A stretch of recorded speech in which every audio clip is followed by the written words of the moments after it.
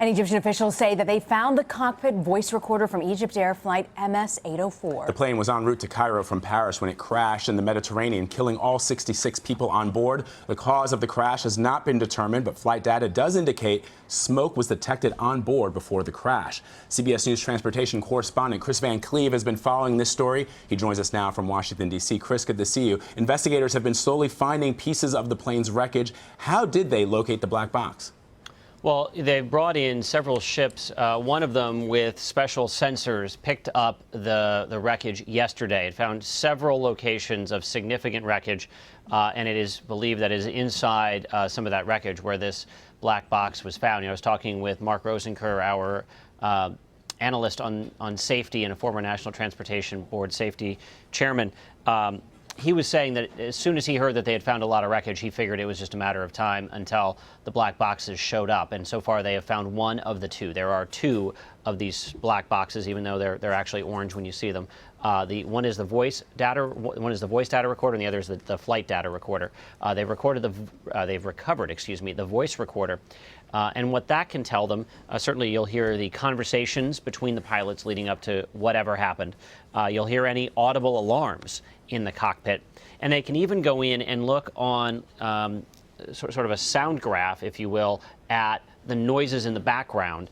And some of those things can tell them if, say, there was an explosion from a bomb versus something that was mechanical in nature. Those things sound differently. They put out different sound waves. So when they look at it on a graph almost, they'll see the difference.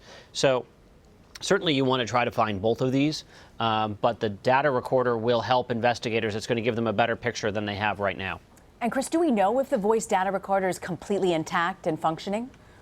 There was some damage to the voice recorder. The initial accounts from the Egyptian investigators was that the data element, the data card, looked to be intact. Of course, they're going to have to download that data and see how clean it is. But, you know, these things are designed to survive crashes. Think back to Germanwings, where that plane was pointed into a mountain and flown into a mountain. That plane was demolished. They still recovered the voice and flight recorders.